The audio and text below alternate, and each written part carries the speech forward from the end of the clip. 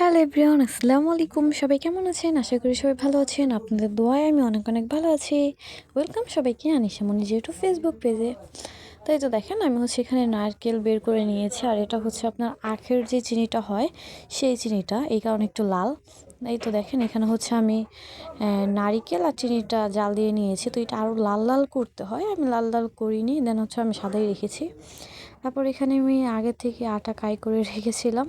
তো এই তো দেখেন রুটি বানিয়ে নিলাম।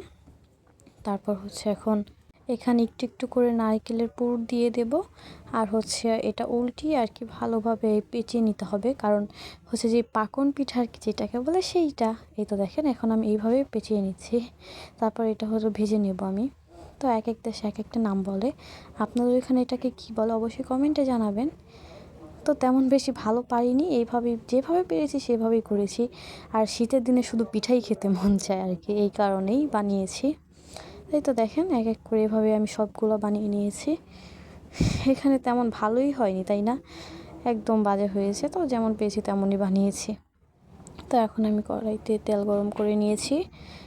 এই তো দেখেন তেল গরম করে নিয়েছি, এখন এক এক করে আমি ছেড়ে দেব, লাল লাল করে ভেজে নেব। তো তেলটা আমার অনেক গরম হয়েছিল, এই কারণে দেখেন দেওয়ার সাথে সাথে আর কি ওই পাশটা লাল হয়ে গিয়েছে।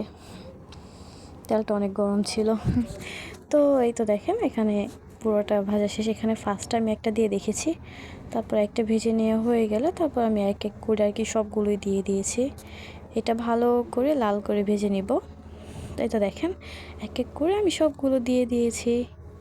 আজকে ভিডিওটা এই পর্যন্তই। ভালো লাগলে লাইক কমেন্ট শেয়ার করে পাশে থাকবেন। দেখা হচ্ছে নেক্সট ভিডিওতে। আল্লাহ হাফেজ।